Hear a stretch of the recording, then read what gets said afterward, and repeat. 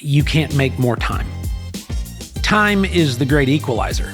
I can relate to this with all the club activities and sports and extracurricular activities that go on. Our kids would sign us up for 3 or 4 per kid. Let's go there for a second. I mean, not that I'm saying it's not bad, it's good. Well, but yeah, we gotta maybe it is and maybe it's not. But this goes back to valuing everything. your time.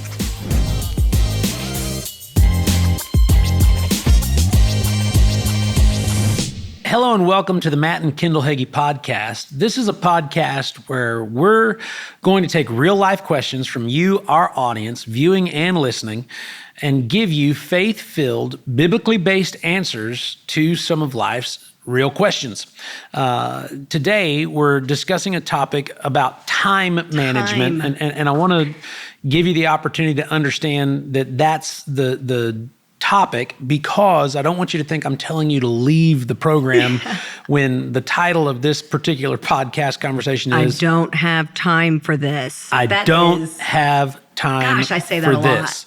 lot. And the point is, a lot of people struggle with prioritizing. A lot of people struggle with the amount of overcommitment, expectations and demands that are placed on you as an individual, regardless of the role you're playing at work, in your family, as a parent, in relationships. So, Kendal, you are my fabulous co-host. Not only do we want to tell our audience how to click like and subscribe. Share this with somebody, give us a rating. Now you said only 5 stars, but I'm okay if you put 4 out of 5. It's okay, not bad. If you put 4 stars, you better tell us how to get to 5. I always think there's room for improvement, so we like to hear your Couldn't agree with you more. Yeah. But since we're not talking about that, we're talking about 5-star ratings. We want a 5-star rating.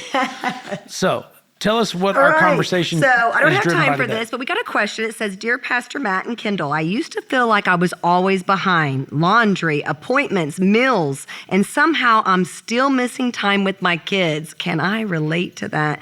One night, my daughter asked if I liked my phone more than I liked playing with her. I broke. I knew something had to change. I didn't need more hours. I needed to prioritize the right things. Whew.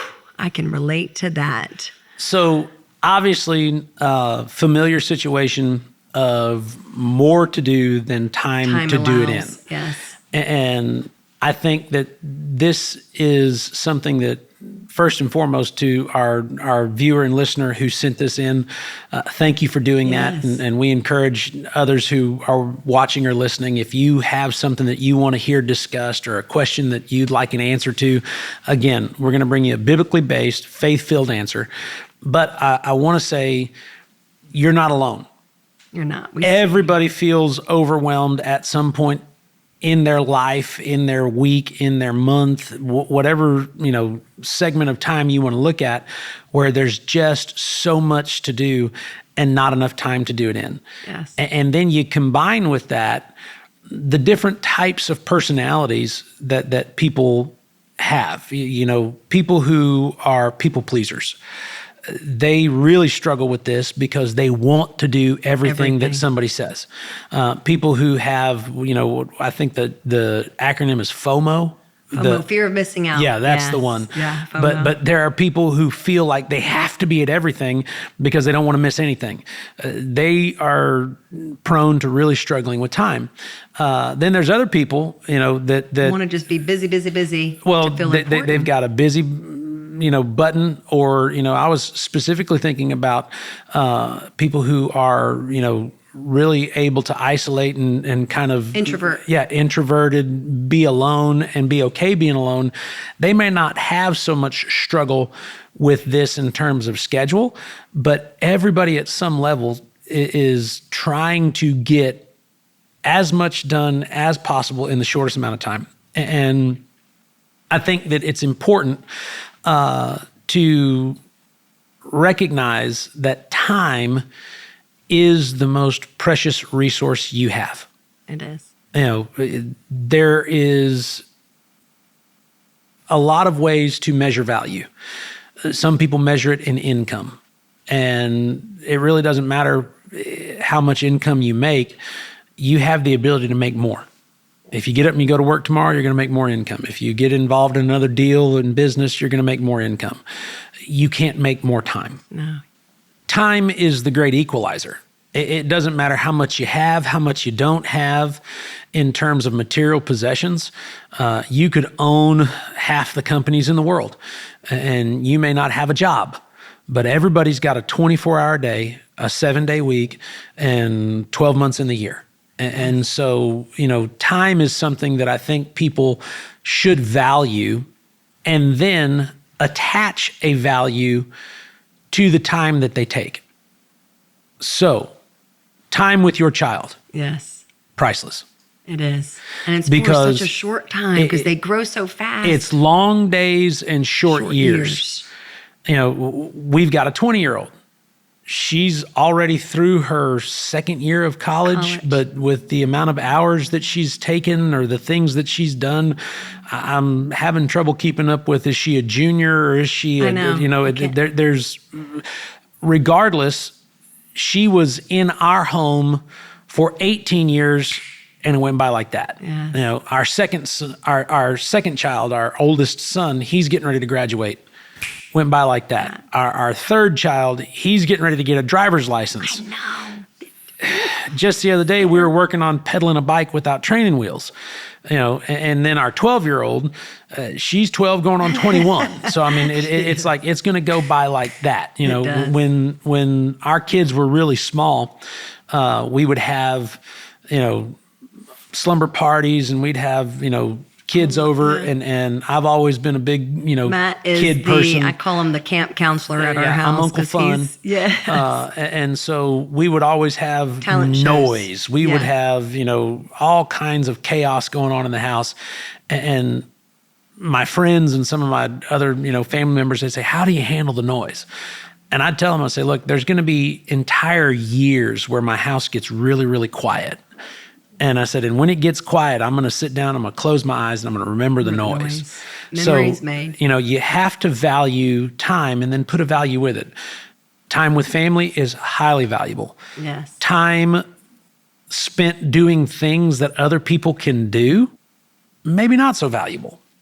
I think that, we have to really be careful about looking at what we're doing, why we're doing it, and then ask ourselves, should I be doing this? That's good, yeah. So like or can somebody else be doing this? The mom who presented this question here, where she says, I'm overwhelmed by it. Mm-hmm. Sometimes you're overwhelmed by things that you probably don't need to be investing your time in. And yet it takes away from what you could be doing. I think about the biblical story of Mary and Martha when Jesus came to their house. And, you've got one sister sitting at the feet of Jesus, and she's listening to the conversation, and she's spending time with him. And then you've got the other sister who's cleaning up, and she's doing all the things that a good hostess should do. They weren't bad things. No. But they weren't the best things. Yeah. And when she comes to Jesus and says, hey, how come you're not telling her to get up and clean with me? Me, yeah. He says, listen, I'm only going to be here for a little while. Yeah. And then when I'm gone, she will have had the better part. And I think that there's places where you have to give yourself permission to let something go. Trust me, that's hard, especially, There's a lot of mom guilt out there, and I have to say. There's mom guilt, but I mean, you and I. Comparison and we keep pressure. a pretty clean house, Yeah, we do. I think that's my ICU. Well, yeah, there's. I like to have it meticulous. You call it ICU, which is intensive OCD. Care Unit. There's the one I was looking for is OCD. How many OCD out there? Come on, ladies. I mean, if you don't have it, you're a carrier. But regardless, there's times where life gets busy and we still have a kitchen to get cleaned up or we got laundry to get taken care of because we both understand the rhythm of our house. It starts early in the morning and everything kind of needs to be in place before the morning routine starts. But whenever we get busy at 9:30 at night taking care of the things that are happening in the house, we get to the end of those weeks and you and we've spent a lot of time in the same space, but we haven't spent any time with each other. I know, that's so true. I mean, we've been at the same table 5 nights that week. We've sat in the same room or been working in the same space together all week, and then we'll look at each other and go, we haven't spent any time together because we're doing things, but we're not connecting. Yes. And so I think that, when you decide where you want to value your time, not only do you need to prioritize what you value, but you need to make the most of it. That's right. So with this little girl with her phone, she probably had noticed mom, which we're guilty of taking our phones and using them while we're letting them play, thinking that, hey, we're just checking a couple of emails, work emails, taking care of some texts while she's playing, where we could put the phone away and be one-on-one. I mean, they say here on Barna that only about average, Focus on the Family says the average parent spends just 5 minutes a day in a conversation with their child. I was like, 5 minutes. Wow. That's the average parent. That's shocking. I know it is. I'm sitting there going, okay, I know I spend more than 5 minutes, but maybe instead of being, trying to be the perfect parent to do so many activities, be more present with your child. I think a lot of times your kids want your time more than they want things or activities. I can relate to this with all the club activities and sports and extracurricular activities that go on. Our kids would sign us up for 3 or 4 per kid. Let's go there for a second. I mean, not that I'm saying it's not bad, it's good. Well, but we gotta maybe it is and maybe it's not. But this goes back to valuing your time. This goes back to valuing your time. You as an individual have to learn to say yes and no. Yes. Yes to the right things, no to things that are not going to be fulfilling. And you have to at times tell your children no. No. Because, we've got 4 kids. I was talking about introverts, extroverts, people who are good being alone. We've got one kid that they got fear of missing out. I mean, they will book themselves at 5 different events in the same evening and apparently decide he's the master of ceremonies at all celebrations. And in that regard, you have to look at him and say, no, you can't be there at the same, you can't be in 2 places at once. And then we've got another kid that if he's doing what he wants, he can be alone forever. Yes, he doesn't need company. He is content just in his own skin. Now, there are different people in different environments, but as a parent, you will have your child tell you, I've got to be here, and I've got to be here, and I've got to be here, and I've got to be here. And as far as they're concerned, they have to be. But your job is to say, no, you don't. No, you don't. This is where you're going to be. Yes. Because this is what we're doing.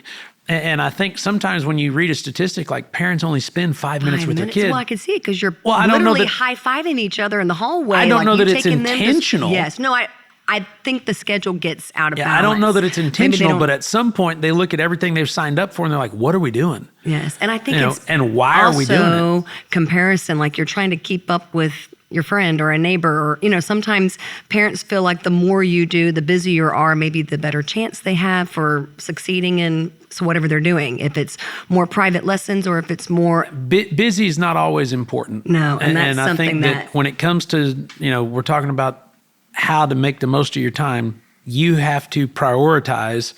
And that means that, families first, faith. And then function. Yes. And, I have a lot on my plate. You have a lot on your plate. But we do a lot to protect dinner time. Yes, we do a lot to protect regularly scheduled family time, whether or not we're going to do that at home together or we're going to go someplace together. I know in the question that was asked, some of it had to do with, chores and laundry and things. Yeah. Hey, as your kids get older, have them help you. You got it. We do it at our house. Like for dinner, we have everybody picks a chore when we get done. Yeah. So it's like Madison. And what's funny is they hold each other accountable. I know. They're like, you didn't sweep good enough. Look at these crumbs. And it's like, okay. So then I'm like, JW, teach Madison, how you get, because he is a pretty good sweeper, how to get the crumbs up. And let's go to the responsibilities at dinner time. Everybody gets a chore. And you know what? I wouldn't even call it a chore, because when you say chore, it's kind of like, just say a task. Many hands make light work. So everybody's doing something. Yeah. But how many times while we're doing something and we got music playing in the background or Yes, something? we always have music How playing. many times does that moment go from being a functional get the job done to a spontaneous dance party? It does. How many We have times? fun. I mean, that our kids learned how to two-step in our kitchen, listening to We George do. Strait cleaning We're the like, kitchen. hey, we need to teach you You to know, dance. and so, you know, when you're together, you don't ever know when the spontaneous moment of fun is going to break out, but you have a lot more opportunity to have that experience when you're doing things together. You know, I mean, Mom here is talking about the laundry. Have her help you fold clothes have together. them help you Yes. fold clothes. You can start now. They say, stats say that you could start at age 2, Well- even unloading some of the dishwasher. So my dad, when he talking was about? 8 years old, he did all of his own laundry. I can't believe He did all of his own ironing.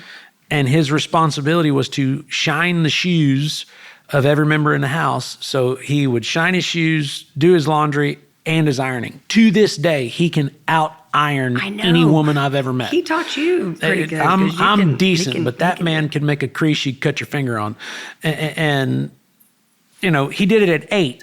And at a point in time when electricity was not a stable current, Yeah. you know, I mean, he did it in an environment that was less convenient than this one. And I'll testify to the fact that giving a kid a responsibility won't kill him. No. It'll actually give him some confidence. I know. I tell our kids, we're preparing you for future husbands and future wives. Well, you're a family network. You birth a child, but what you're raising is an adult.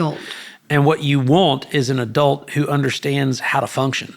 But it's not just with, cleaning up and doing laundry. With sports, a lot of parents want to know, well, how do you have 4 kids and you keep them all in sports? Well, everybody gets 1. Yes. Nobody gets 2. Yeah, it's hard to So, do two at once. if Hannah wanted to play softball, that's her 1. And if JW wanted to play football, that's his 1. And we let them rotate at the season. If Correct. they- yeah. But nobody got to be in 3 things all at the same time. And when you're practicing, if we're doing baseball, well, all right, Joel's up to bat and the other 3 kids are out in the field. We're going to get everybody involved in the activity to the best of our abilities so that you're spending time and doing it together. So if they're playing basketball, we're all shooting baskets together. If we're doing football, everybody's running pass routes. It doesn't matter. You don't have to isolate the individual sport with the individual who's engaged in it. Yeah. Get everybody involved in it. And then you find a way that, you're spending more time together.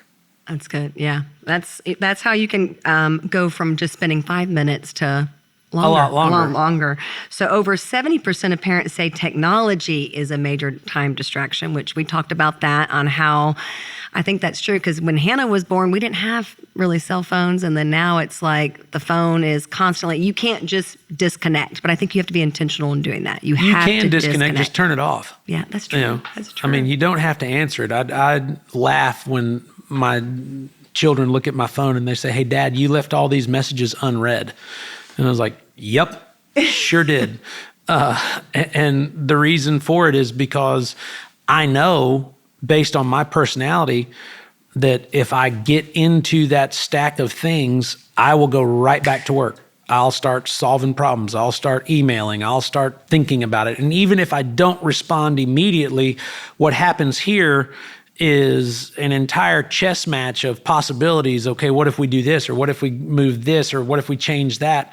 And I immediately disconnect from everything that's going on here in front of me because my brain has now gone right back to the office. And so sometimes you just have to say, nope, if it was important, we can handle it tomorrow. If your world is going to fall apart in a short period of time, it wasn't real stable to begin with. I like that. Yeah, just disconnect and try to spend more time intentional. And it's okay if you have to just pick up dinner and put it on nice china and just put it at you don't have to cook and do all, you can delegate some of that stuff. And you can find places to go pick it up and have it fixed for you. We do a lot in our house creatively to prepare it. But we make sure that we have dinner together. We do. I think another way to get really involved with your kids, and I do this often, and it opens up a lot of conversations we're driving down the road and I let them play DJ. So I say, hey, you play whatever song you like right now. And then it's different for every child. And whatever they pick, well, why do you like that artist? What do you know about that artist? Where did you hear that song? Do you know what that lyric means? That's a really good space for a lot of parenting and conversation and understanding to happen. And your child is offering you a real insight into the environment that they're existing in without feeling like they're getting, interrogated or in trouble. Why do you like that song?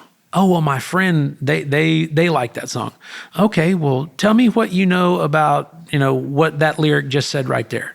I like how you said, tell me, because a lot of times kids don't want, especially my boys, they don't want questions. So exactly. I have to be very careful on how I word it. Tell me about your day. The majority of the time, they don't know what it means. It's just something that's catchy. Well, then you say, well, here's what it means. And they go, well, I don't like that. And you get the opportunity to steer and direct and give them some counsel that helps them understand, a lot about the environment of, the world that they're living in. But it takes a little longer than 5 minutes. And then, they go from one song to the next, to the next, to the next. And you get to have a conversation about each and every one of them. Those are moments that can happen in the car. They can happen all over the place. But, I think there's ways to engage intentionally that give you the opportunity to make the most of your time. I like that. I've got some quick fire questions. How do I find balance when everything feels important? It's not all important. You're wrong. Oh, I like that. Short and sweet. Yeah. What do I do when I feel guilty? We don't have time for that. I don't have time for this. What do I do when I feel guilty taking time for myself? Ooh, don't feel guilty. Self-care is very important. Yeah, I think like everything else, it's got to be balanced. Yes. I know some people that if they don't get 12 hours of self-care a week, they feel like they've been deprived. I'm not down. But I think you can do it because some people think, well, I don't ever get time if I stay at home with my kids or if I'm working a full-time job and I have little kids. What we did, and I'm on the opposite end of the spectrum. You would stay home, like we'd put the kids to bed. You have to tell me to go do something. I do. I have to. I have to delegate. I have to be intentional on telling him what I need because at times I thought he would read my mind and say, well, no, I'm talking about self-care. Oh, self-care. Oh, yeah. But I'm talking about. You tell me, hey, you haven't done this in a while. You need to go spend some time doing it. But I'm so involved in work or I'm so involved in what the kids are doing. I feel like if I'm at one and not with the other, then whenever I'm not with this one, I have to go spend time with that one. And I'm talking about, okay, I'm at work, I'm not with my kids. I'm with the kids, I'm not at work. And so there's always this tug of war back and forth. So for me, self-care is, sitting in my favorite chair at the end of the night and using my 15-minute foot massager. Oh, yes. I got him this foot massager for Christmas on Amazon. I think Amazon. it's because you didn't want to rub my feet. Well, that's one reason. But another reason, too, it was on sale. Complaining. And it was it was on sale. Yeah, I can put the link in the So my gifts are on sale and yours are full retail? It's our love language, Faith. I get it. Gift giving is not my love language. My love language is acts of service. Acts of service and quality time. Yeah, QT, quality time. Yes, quality time. But I think for self-care, because I do want to address this with women, I think we feel guilty. You can do it even when your kids are young. You can have your husband stay home, put the kids to bed. Yeah, you can go to the grocery store. I love just to walk around the store. Grocery store is not the self-care she's talking about. I'm talking about that, but that's at night. That's if when your kids are young. You can also now, if you spend 3 days a week at the spa, that's probably excessive. I'm talking about like a massage, but you can also on a Saturday or whatever day works for you and your husband while he's home, put him down for a nap and you go get your massage or pedicure or hair done. Yeah, I'm good with all that. There's things that you can do if you're a stay-at-home mom or if you're working a full-time job and you do feel kind of like, well, I don't know with the kids. You can balance it with your husband's schedule and they can work it out. Or we found our cousin, remember when we used to have her come over? She was studying for nursing school and she'd come over a college student. And we would have a weekly date night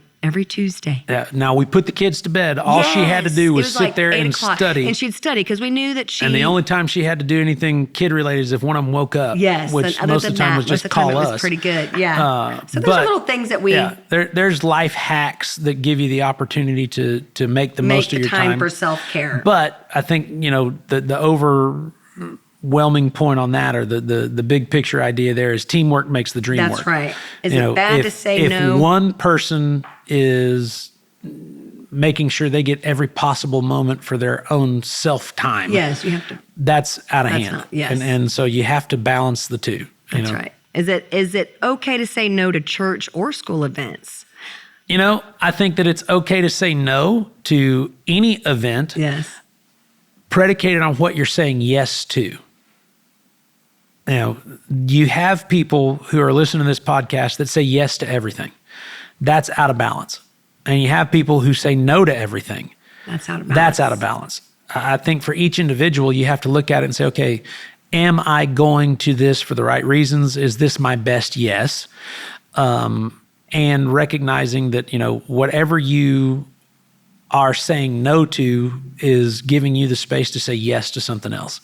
So, school events, it's okay to say no to them. I mean, especially, I grew up, if my dad came to school, somebody was in trouble. It was bad. Now we're in an environment where I wonder how anybody gets work done, because you're at school. If they give the kid a bag of popcorn to eat, we're all going to sit there and celebrate popcorn. Well, no, I'm not coming to watch you eat popcorn. It's hard, you can do that at home. I have to say, I feel for those parents because you feel like if you don't show up, your kid's not going to have anybody there. You get a big guilt trip because my kid's the only kid that's not going to have anybody there. Yeah. And, So then you could always send another, like we would send a grandparent or maybe an aunt or uncle if we couldn't make it, So we've also always told our kids that there's two parents and the Holy Spirit. So we have the three of us. That's it. So if Jesus one is watching you parent eat your makes popcorn. it's okay because the Holy Spirit is joining that parent. Yeah, well. So, we just kind of felt like that was the way we could explain to our kids it's okay that both parents can't make it. I think that you have to establish some expectations, and part of that is no. We're not going to make it to everything, And it's okay to release that and don't have the guilt. Yeah. If you can't make it. How do I reset when I feel overwhelmed? Let's end with that one. How do you reset? For me, a good reset is one day of nothing. And what is consisted of nothing? No scheduled responsibility. Mm-hmm. You and I have done this on a number of occasions where, we'll go away for a weekend and people ask, "Oh, what did you do?" And nothing. we literally tell them, "That's true. We didn't. Nothing. We did nothing. We had no set schedule." We sat somewhere by a pool, or we sat in a comfortable environment and didn't leave. We didn't go anywhere. We didn't do anything. We didn't have to get dressed up. Service. We just sat still. Oh, nice. And, everybody's got a different reset. For me, it's not having a responsibility, because I'm a very responsible, reactive, let's get the job done type of person. And if you give me something to do, if you give me an itinerary, we're not done until that itinerary is fulfilled. Yes. Now if you tell me, hey, you don't have anything to do, well, then I will do my best not to acquire something else to do. I'm just going to leave it alone. Leave it alone and just, And my reset would be the same thing. And then sometimes at home, I feel like I need to get things done. So I have a mama to-do list. And then There's I add it to the always daddy a to-do list. Yeah. I'm looking for the to-done list when it's done. There will I don't know if it'll ever be done. Oh. But when it comes to quality time, make the most of it. One day you're going to miss out on that opportunity, and you don't want to look back with the regrets of, I wish I would have. You only get to live every day one at a time. And whenever you take that day and do your best in it, you'll find that quality time is something that you'll remember and celebrate. Thank you for joining us for this podcast. We hope to see you or have the opportunity to hear from you again very soon. Remember, click like and subscribe. Reach out, tell us how we can give you faith-filled answers, Bible-based, to life's real questions.